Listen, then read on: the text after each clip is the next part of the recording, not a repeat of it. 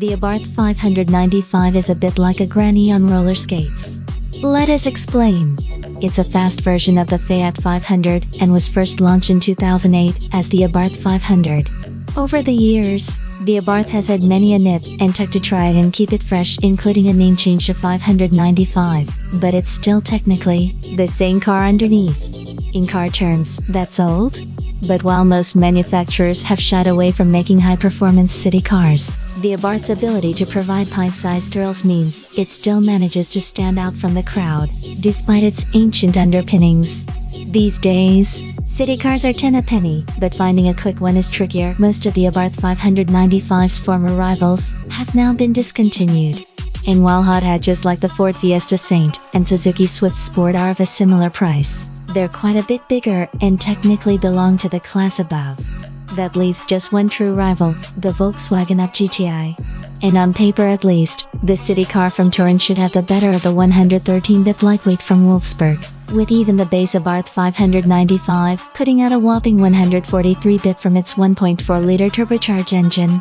In fact, the entire recipe for the Abarth looks quite tasty. There's lowered suspension, an aggressive-looking body kit, racy sports seats, and a Larry exhaust. But do these changes make the 595 spicy enough to beat the competition? Over the next video part, we'll let you know. And whichever sporty city car you decide on, visit our new car buying pages for the best discounts around. Before proceeding to the video, if you would like to make a promotional video for your business, you can click on the link in the description and get your promotional video. Performance and drive. The 595 comes in a variety of trims, with 3 engine outputs. All are equipped with the familiar turbocharged 1.4-liter TJED motor, and even the entry-level 143-bit model can easily show the Volkswagen Up GTI a clean pair of heels in a straight line, but it's brisk rather than outright fast. The 163-bit Fiesta and Turismo models should be usefully more rapid, but it's the top-spec 178-bit Competizione and Assise models that driving enthusiasts will be most interested in. Chiefly because they come equipped with uprated Koni dampers, a more potent Brembo braking system, 17-inch Super Sport alloy wheels, and figure-hugging saddled seats. The SS adds to this with a mechanical limited slip differential, which is designed to meter out the power more effectively to the front wheels, helping to minimize wheel scrabble when accelerating out of bends. Despite its small displacement, the engine sounds menacing.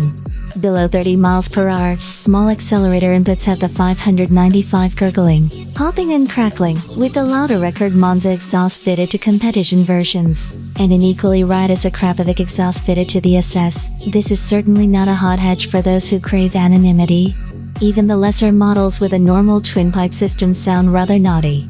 The engine is willing to rev harder than most small turbocharged motors, has a progressive delivery, and feels responsive, even from lower revs. We wish its gearbox was a little more direct in its throw, but with a 0 to 62 miles per hour time of 6.7 SCC and a 140 miles per hour top speed, straight-line performance is on a par with bigger hot hatches. That said, it's still hard to justify the massive price tag of the SS. For context, it's not that far off the price of the brilliant Renault Meganers. Instead, we'd save our money and go for the more reasonably priced Competizione. With the same amount of power and effectively the same chassis, it offers near enough the same driving experience as its range-topping cousin. Of course, you have to make do without the limited slip differential, but in truth, you don't need it. The Competizione has easily enough grip to put all that power to the ground, even in iffy conditions. However, the Abarth 595's straight-line pace isn't backed up with rewarding handling even if you pick the SS.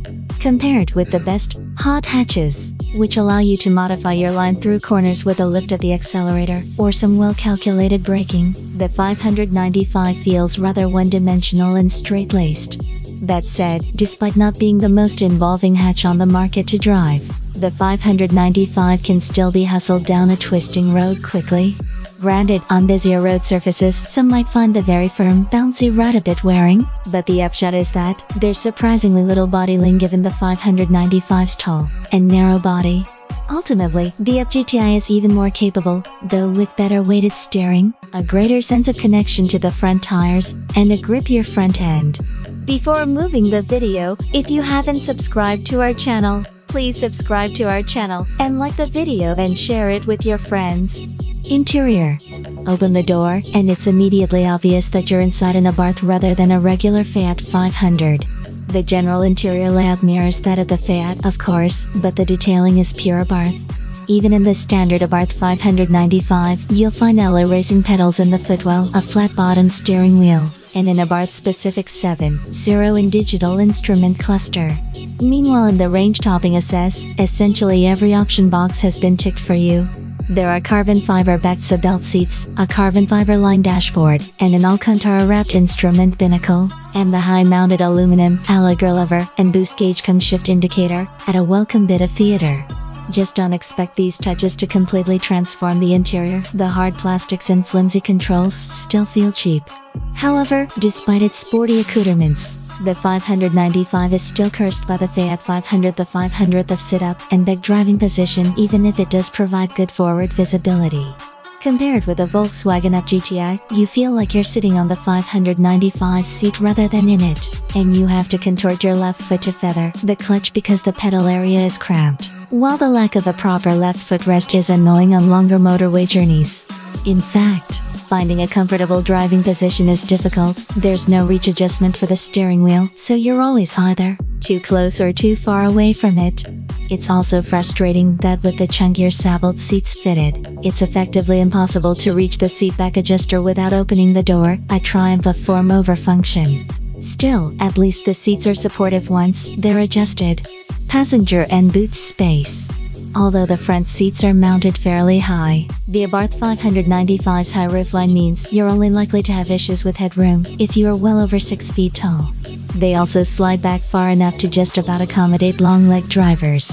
Unfortunately, as is the case with the Fiat 500, the stylized dashboard with its chunky trim inserts looks great, but only leaves space for a very pokey glove box below it.